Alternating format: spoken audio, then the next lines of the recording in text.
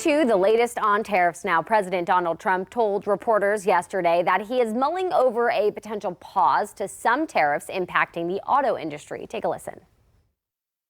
I'm looking at something to help some of the car companies where they're switching to parts that were made in Canada, Mexico, and other places, and they need a little bit of time because they're going to make them here, but they need a little bit of time. So I'm talking about things like that. The president previously gave a pause to the auto industry when he announced the first round of tariffs on Canada and Mexico.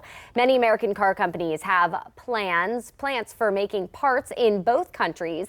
It comes as electronics were also given some temporary exemptions to certain tariffs. The White House has teased future tariff packages focusing on electronics and on pharmaceuticals too, though nothing has been said when that announcement could be made. We'll keep tracking that for you. I mentioned this a little while ago. We can go more in depth now. That Maryland man, Kilmar Garcia, who the White House admitted in court that he was improperly deported to El Salvador, a mistake.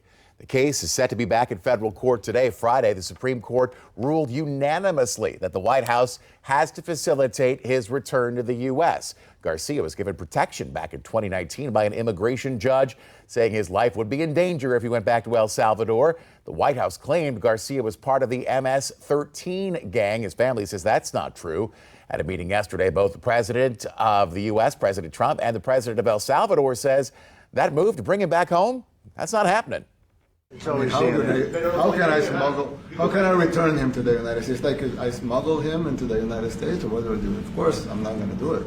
Well, Mr. President, you said that if the Supreme Court said someone needed to be returned, that you would abide by that. You said that on Air Force One just a few days ago, and they said that it must be facilitated. Why don't you just say, isn't it wonderful that we're keeping criminals out of our country? Why can't you just say that?